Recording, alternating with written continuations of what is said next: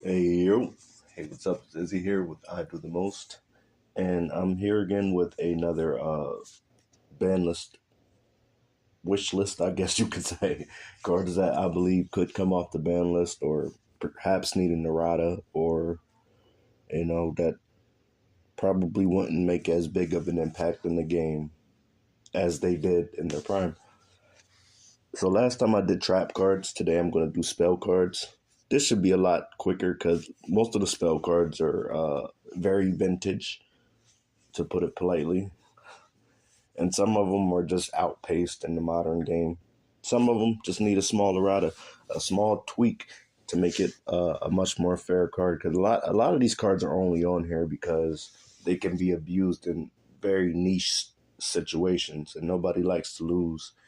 Not because a lack of skill or because they were outplayed or because the opponent built their deck better, but because they had one little broken combo that if you didn't have the right card to stop it at the right moment, then you lose. That kind of sucks.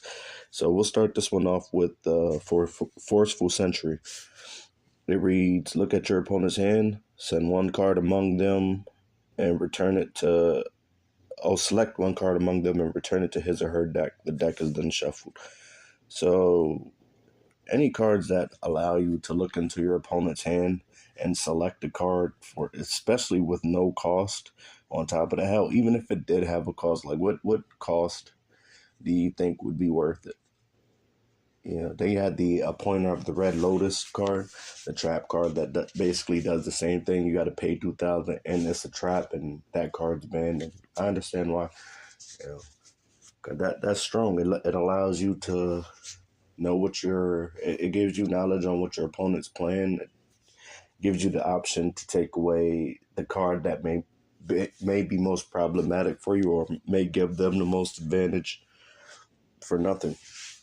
So that one needs to stay banned. Um, Terraforming is next.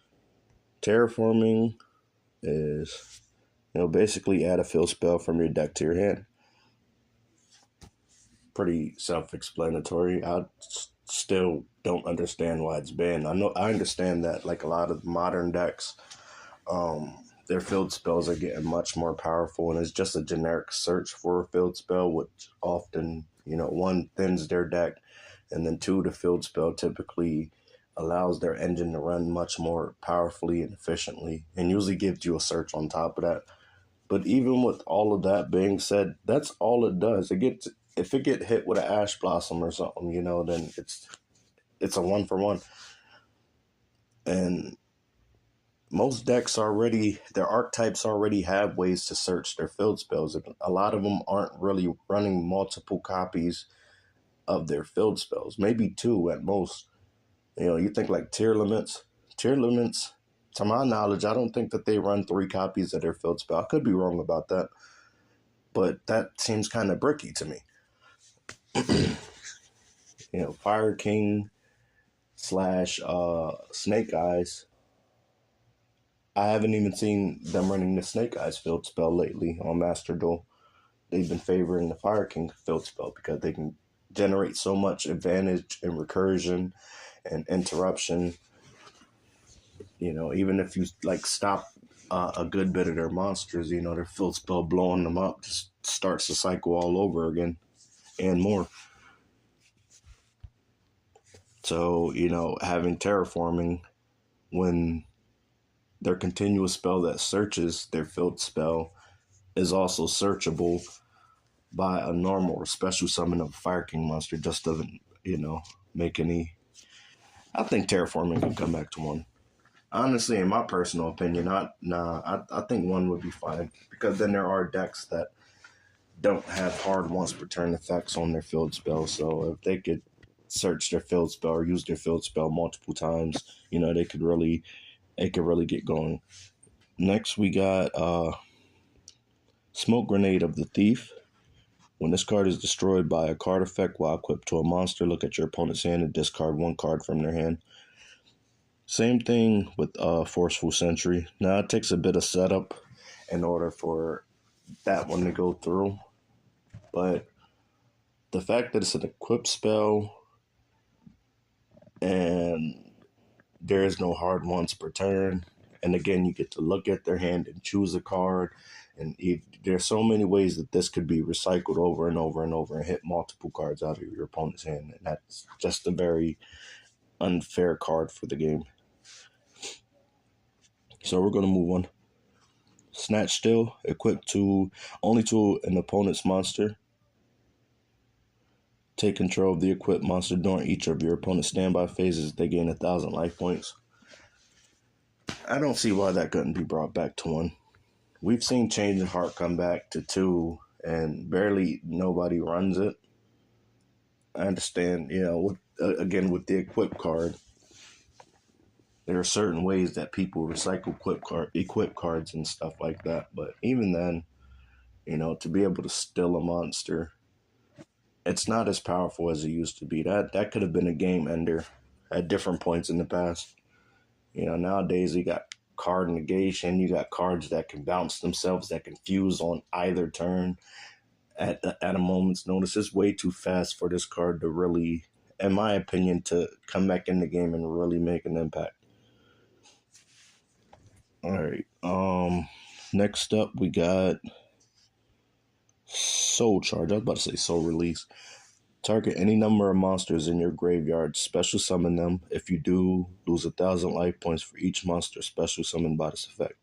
You cannot conduct your battle phase the turn that you activate this card, and it has a hard once per turn clause to it.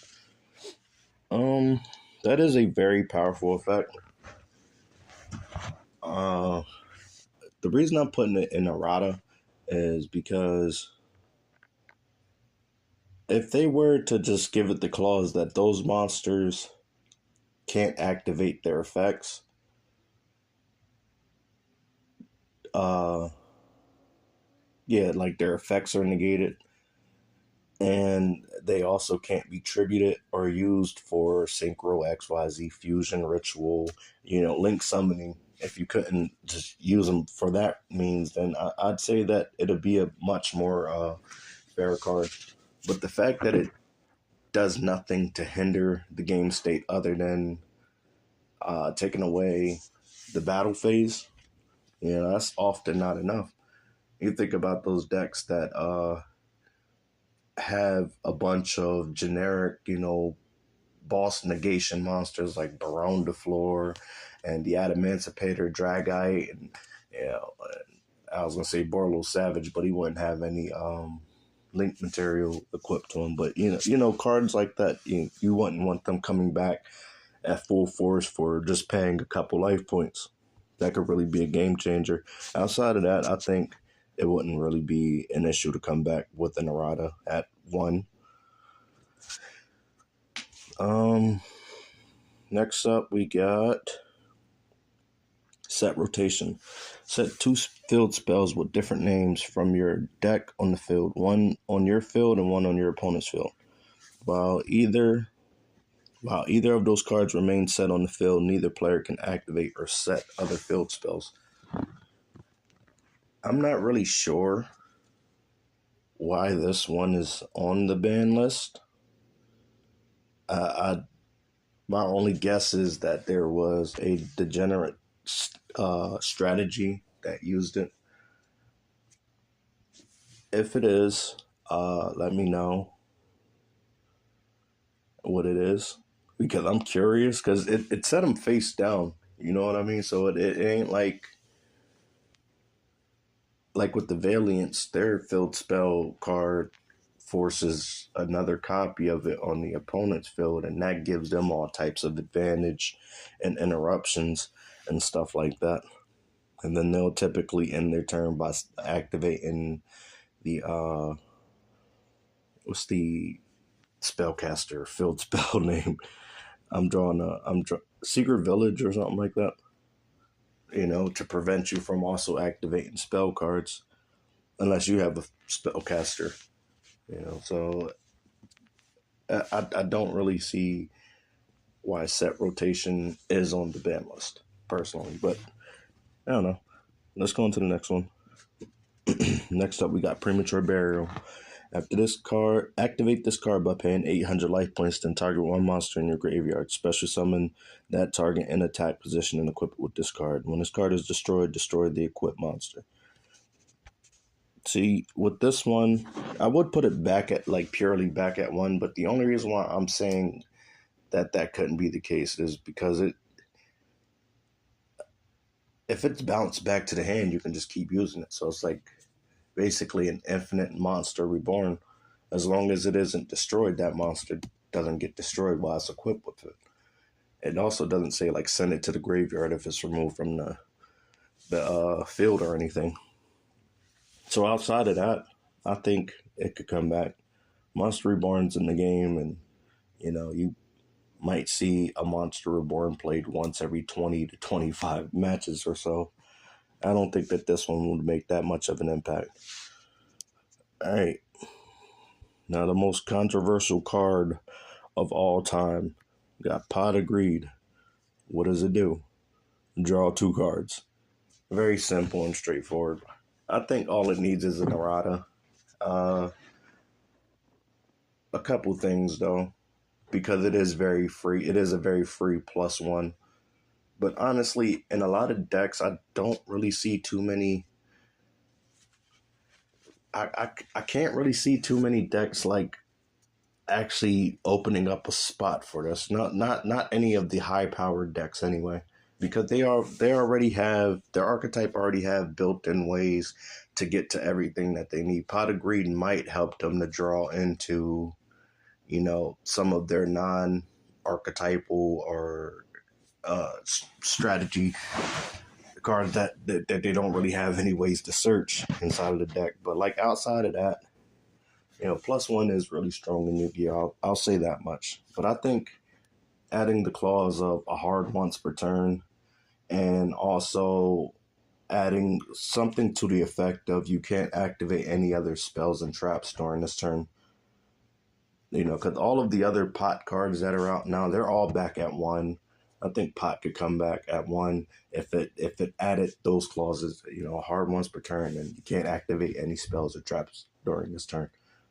Outside of that, you don't really have to give up anything, but you also can't push as hard as you maybe normally would. There are some decks that would utilize that a bit better than others, but you could say the same for you can give that same argument for any of the pot cards. All right, let's move on. Got Painful Choice. Select 5 cards from your deck and show them to your opponent. Your opponent selects 1 card among them. Add that card to your hand and discard the remaining to the graveyard. Absolutely not. There is no way that you can rebalance that card. Like, even if you was to switch it from sending it to the graveyard to banishing them, you're guaranteed that you're going to get at least 1 card that is very usable to you. And if it is banished versus going to the graveyard, the decks that'll use it are just cards that get advantage from cards being banished versus being in the graveyard. And you're moving 5 cards out of your deck for free, plus getting 1 in your hand. So there's really no way to rebalance that card. It just needs to be banished and forgot about. Good job on that one, Konami. Next up, we got Metamorphosis. Tribute 1 monster, special summon 1 fusion monster from your extra deck with the same level as the tributed monster. I don't really have a problem with Metamorphosis personally. I think an errata to it, I wouldn't even know what to change on it. The monster's effect is negated and you can't activate it. Sure, I guess that would be, there are other ways that the monster could still be abused and stuff beyond that, but even then, that's a sacky card right there. It's either you'll have it when you need it, or you'll have it to make some creative play or something, or you won't. I just don't see that card really making a big impact in the modern game. Know that there are some really strong fusion monsters out there, But again, if you negate its effect, I don't see it really being an issue. All right, next up we got Mass Driver. Tribute one monster on your side of the field to inflict 400 points of damage to your opponent's life points. The only reason why this card is banned is because there is no limit to how many times you can use that effect. So decks that can just spam out tokens or monsters or recycle them, put them in an infinite loop, they can just burn their opponent to death for practically free. Well, literally for free after they get set up and stuff. You know, if you just gave it a limit, like you could only use it 4 times a turn or 3 times a turn, that's 1,200 damage during each of your turn. You know, the card wouldn't see any play. So I'm gonna put that in errata because, yeah, it's not really a powerful card. It's annoying more than anything. All right, next up we got Last Will. If a monster on your side of the field was sent to the graveyard this turn, you could special summon one monster with an attack of 1,500 points or less from your deck during this turn. Once during this turn, then shuffle your deck. That was back in the day when all the cards that, when you went inside of your deck, they had to tell you to shuffle your deck. Now it's just like an inherent part of the game. Anytime you look at a card, just shuffle your deck. And it makes sense, though, because, you know, that prevents a whole lot of cheating. People try to stack cards and stuff like that, or they can see the next cards coming up and they can plan accordingly. You know, it just kind of changes the dynamic of the game. Just imagine if you didn't need to shuffle your deck every time you went into your deck. The dynamic of the game would be, I think, significantly different now versus how it would be then. But anyway, this card itself,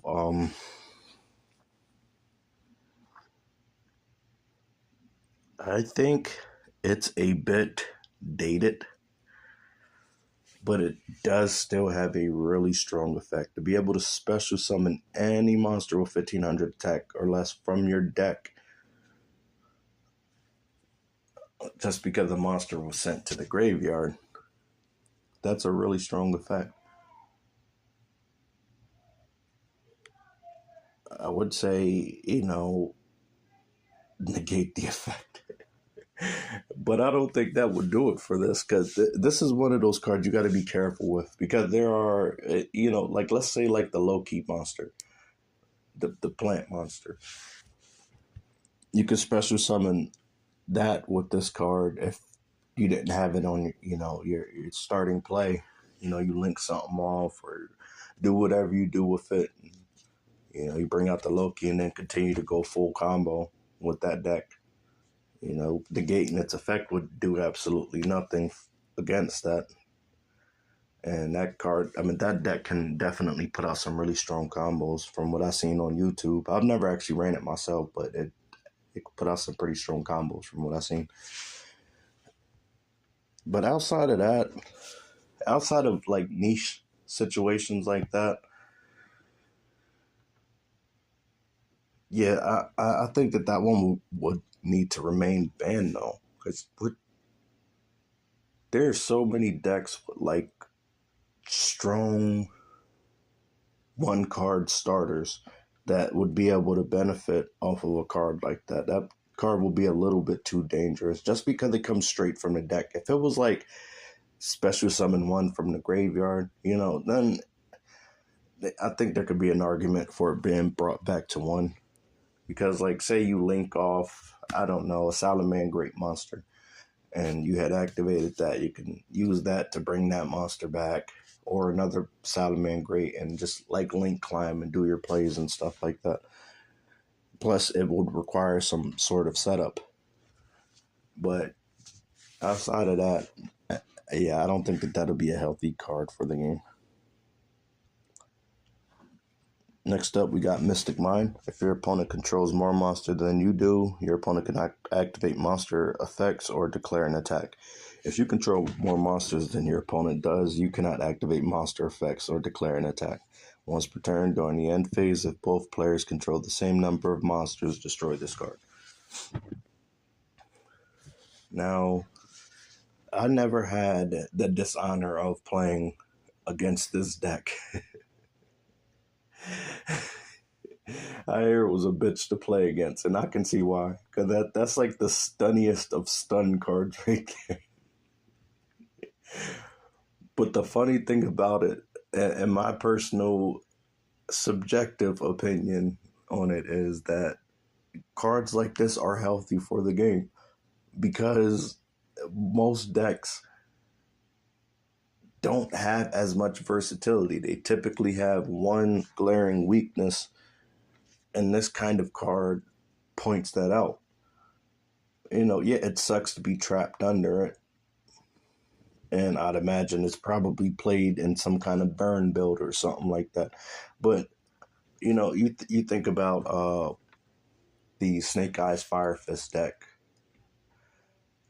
They don't have too much spell or trap destruction, and the only way they can get it is through their monsters. They would start considering, maybe I need to run some spell and trap uh destruction. Like, I don't know, what would Fire King run as their form of removal?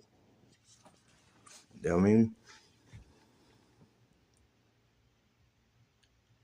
It would suck to play against that card, but I do think that it would force players to kind of switch up their decks. I don't know. I look at it from the perspective of it gets boring sometimes when you play against a specific deck and it's just the same line of the same combos. I'm like, I get it. That combo line is powerful, but I'm like, where's the innovation at? Like, I want something to completely catch me off guard where I have to think.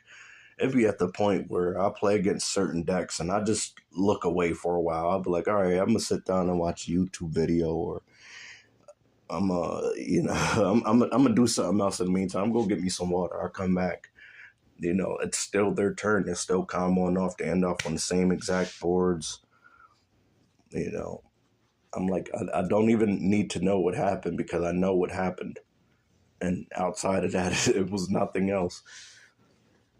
But I don't know. I think for that fact alone, just to kind of increase innovation in the game, a card like that could come back to maybe one or two. Probably two. All right, next up we got Instant Fusion. Pay 1,000 life points, special summon one level 5 or lower fusion monster from your extra deck, but it cannot attack. Also, it's destroyed during the end phase. This is treated as a fusion summon.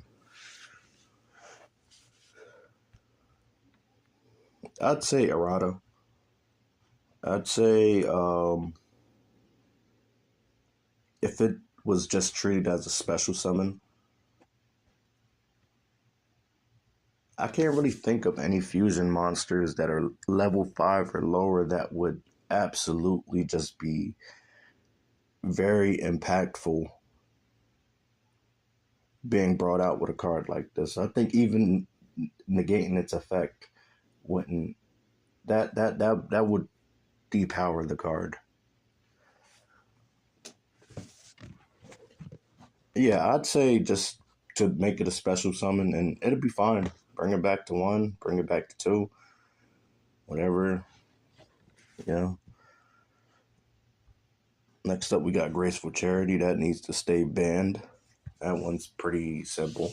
You get to move around 3 cards from the top of your deck in your hand and set up your graveyard, potentially. Most likely, to be honest. I don't think much needs to be said about that. I think Heavy Storm could be brought back to 3. I think Heavy Storm, Harpy's Feather Duster, Raigeki, Lightning Storm, I think all those cards can be brought back to 3. I don't really see any reason for them to be any less. Because, they're one-off cards. Now there are ways to search it, but you got to go through like triple tactics and stuff like that. But it's not a guarantee, and even then, some decks, you get Harpy's Feather Duster, and they don't really need their back row that much. They're more relying on their monster effects. You get Raigeki, and they're more reliant on their back row and stuff like that. Like, imagine Regeki being super strong against like Labyrinth. That ain't gonna hurt them. They're just gonna move cards around and bring them right back out and activate more card effects. Yeah. So I think, and Heavy Storm, arguably, in my opinion, is worse than like Harpy's Feather Duster. I know back then, blowing up your own cards, there were certain benefits to it, and with certain decks, I'm sure that still exists. But I can't think of any modern, like, relevant deck that wants to blow up its own cards. Like, how many people would actually run Heavy Storm? Going back to the conversation from earlier, a card like Terraforming is banned simply because field spells are so strong. Now, who wants to blow up their field spell that is a strong part of their strategy? I don't think that it would really do that much. I think if they were to be brought back to 3, to give it a hard once per turn would definitely be the way to go with that. But even then, I don't think that. Nah, actually, I don't think that it would need a hard once per turn. I think that they could be brought back. Next up, we got Giant Tronade, which is similar to Heavy Storm. I think it could be brought back to 1. It reads, return all spell and trap cards on the field to the hand. Now, the reason I didn't put that up at Unlimited is because it doesn't blow up the cards. It returns them to the hand. So, back to what I was just saying, a lot of modern decks don't really want their cards blown up, their spells and traps anyway. So they can reset them, reactivate them, and get a bunch of advantage with the card like this. Also, on the opponent's end, a lot of cards have destruction protection. So Giant Tronade kind of bypasses that. I think it will be a powerful card in the game, but it wouldn't be so broken. So I think that could come back to 1. No, rather need it. Next up, we got Dimension Fusion. Pay 2,000 life points. Both players special summon as many of their removed from play monsters as possible. That's an old ass card. It said removed from play monsters, not banished, removed from play. Banished for life. Now, the reason I say that is because compared to like Soul Release pulls them from the graveyard. This one pulls them from the banished pile. Even if it was to have all of the restrictions of like Soul Release, like their effects are negated, they can't be used for this and that, and if they were to be destroyed at the end of the turn or whatever the case was, there, you're pulling cards from out of your banished pile, returning them to the graveyard, and decks that really want those cards to be recycled to the graveyard, because nowadays the graveyard is just like a second hand. That could be a really powerful card. And if your opponent doesn't have any banished monsters, it's even more of it just kind of changes too much with the game to try to fit in with the modern game, I believe. Next up, we got Divine Sword Phoenix Blade. Equipped to a warrior monster, it gains 300 attack. During your main phase, if this card is in your graveyard, you can banish 2 monsters in your graveyard, add this card to your hand. If I can get a hold of this. No, I don't want to delete it. I'm trying to move it. There we go. Why is it even banned? I don't get it. I know that there was like a whole thing with Isolde and stuff like that, but what relevant warrior deck is out there that could really take advantage of this? I know it was like basically a free discard for the Nightmare monsters, but who's fearing Nightmare monsters? I had to research this one because I was like, I must be missing something. Yeah, I get why Butterfly Elma was banned, because there's nothing to it. It's just if it's destroyed, it's returned to your hand. You could do it multiple times, as many times a turn as you can use it. And, there's all type of degenerate things that can come from that. This is basically like a slower, weaker version of that. And from what I'm seeing over here on MasterDuelMeta.com, is it's at 3 in the TCG. It's completely banned in the OCG. So I'm not understanding why it's banned in Master Duel. I don't understand why it's banned in the OCG either, to be 100% honest. It's a very situational card that would only work with certain types of decks. If you're talking about playing at like a higher level, imagine taking your degenerate strategy that's relying on this 2003, 2004 card or whenever it came out.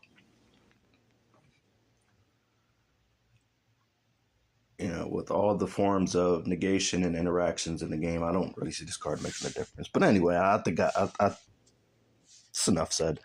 Delinquent Duo. I'm not even going to bullshit. Banished for life. Same thing with the Forceful Sentry and the other card that like searches your opponent's hand. Pay 1,000 life point. Your opponent discards one random card. If they have any other cards in their hand, discard one more card of their choice. So you pay 1,000 life points to make your opponent send 2 cards from their hand. Broken. It's a really old card though. Next up, we got Cold Wave. This card can only be activated at the start of your main phase 1. Until your next turn, you and your opponent cannot play or set any spell or trap cards. Alright, I think... Why are we banned Goofy? There we go. Yeah, that one needs to be banned for life. That's another game that's another card that just kind of locks you out of 2 main mechanics of the game. A lot of the other floodgates, even though a lot of them were continuous, they typically only stop like one aspect of the game. This locks you out of playing any spell or trap cards or setting them. That's not healthy for the game. And at the cost of what? If your deck is mostly relying on monster effects and you can just go off with your monster effects and set up everything that you need to keep your opponent from playing, and you had started the turn with Cold Wave, you basically lock them out of the game. You put up 1 or 2 negates. It doesn't matter what the rest of your strategy is. You pretty much won. Because then it comes back around to you, and they don't even have anything set or any backup and continuous spells or filled spells or, traps and stuff. Yeah, it's just a little too powerful, I think. Even though it's only 1 turn. All right, next up we got Card of Safe Return. When a monster is special summoned from your graveyard, you can draw 1 card. I think with an errata, that can come back to 1. Let's give it the once per turn clause. A soft once per turn clause too. I think it could come back to 2. You can run 2 of them in your deck. Like a card like this wouldn't really make too much of an impact, I don't think, because the game is so fast. Before you can even get the effect of it, there's so many different ways that this can be interrupted to a point that, you'd much rather just have a card that actually does something versus, having this card that's supposed to be like support. Support cards nowadays, they got to do damn near ridiculously broken things that get you exactly what you need when you need it, like the tactics cards, or they gotta also have like multiple different effects, like the sinful cards, where they can banish themselves from a graveyard and do this and do that and just help to extend your play had, your main strategy going wrong. Next up, we got Butterfly Dagger Alma. I put that in banished for life. The equipped monster gains 300 attack when this card is destroyed and sent to the graveyard. While equipped, you can return this card to your hand. Banish for life. Not a good card, but the fact that it has no limit to how many times it can return. Even if you did bring it back with a Narada, I guess more so it could come back with a Narada, but who the hell would run it with a Narada? That's literally its only use is because you can bring it back an unlimited amount of times, and that's only good in degenerate strategies. Nowadays, nobody's worried about, oh, my monster is 300 attack. If I had 300 more attack, I could beat over their monster, and if they destroy it, I'd just get the card back, realistically speaking. All right. Next up, we got Confiscation, banned for life. What was up with early Yu-Gi-Oh! Having these cards that just ripped cards from your opponent's hand? I used to play Yu-Gi-Oh! Back then too with my brother and a lot of my friends in the area, and I don't recall coming across cards like this. At the time, I probably would have thought that they were not good cards anyway. But anyway, let's see. Pay 1,000 life points, look at your opponent's hand, select one card in it, and discard that card. And again, you could just get to look in their hand and rip a card from it. you know, you know how annoying. I can only imagine how annoying that would be. But yeah, same reason as the other cards. It's just not good for the game. And last up, we got Card of Demise. Draw until you have 3 cards in your hand. Also, for the rest of this turn, after this card resolves, your opponent takes no damage. During the end phase of this turn, send your entire hand to the graveyard. You can only activate 1 Card of Demise per turn. You cannot special summon during the turn that you activate this card. Personally, why is it even banned? Yes, you could get a +2 off of it, but you can't special summon. You can't go on the battle phase, and you have to discard your whole hand at the end of the turn. Now, I'm not foolish enough to not realize that a lot of decks can really utilize that. But it's a hard once per turn, so if you draw into multiple copies of it, the other ones are dead. You could set them. That's about the best you can do if you had already activated one, and hope that depending on which deck you're running and how you built it, hope that you draw into what you need for the rest of your turn. Yeah, I'm sorry. I don't have an argument for this one being banned, like, at all. Burn strategies, is that what they're trying to prevent? Burn strategies or trap decks? Or like what was are they still scared of True Draco in 2024? I play True Draco, and honestly, I never built it with Card of Demise in the deck. Not because I thought it was a bad card. It was just kind of, I already get a lot of the things I need through the monsters, through the spell cards, through the field spell, and I also mixed mines with Sword Soul monsters because they're all worms. So there was a lot more that I can extend and do. As a Card of Demise, I don't want to discard my hand because I got cards in my hand that I can utilize on my next turn or on my opponent's turn, or I can extend plays or do whatever I need to do. But I understood why some of the builds use that card. Especially if you had like a skill drain build with the field spell out there. Speaking of the field spell, they need to put the field spell back at least at 2. No, they could put it back at 3. All these broken ass field spells out there. The true Draconic diagram does not hold a candle to any of these modern field spells. For real. And they need to bring Masterpiece back, but that's a topic for another video. Anyway, if you made it this far into the video, if you think I'm wrong about any of the cards being where they are, or you got a difference of opinion, let me know. I think I'm happy with the list the way that it is. A lot of these cards, I believe, just don't need to be on the ban list or a slight tweak. And then you got the card that just change the game way too much and make it very unfair for the opponent. Those are the ones that need to stay banned. But if you're new to the channel, I ask that you subscribe for more content like this. I was doing Yu-Gi-Oh! And Pokemon pack opening videos. I got a bunch of those posted on the channel if you're interested in that. But for the time being, I'll be doing more sessions like this, talking about the game, and also playing some games and such. So if that sounds like something you're interested in, come check us out. But with that being said, I'm going to head out. You have yourself a good day. Peace.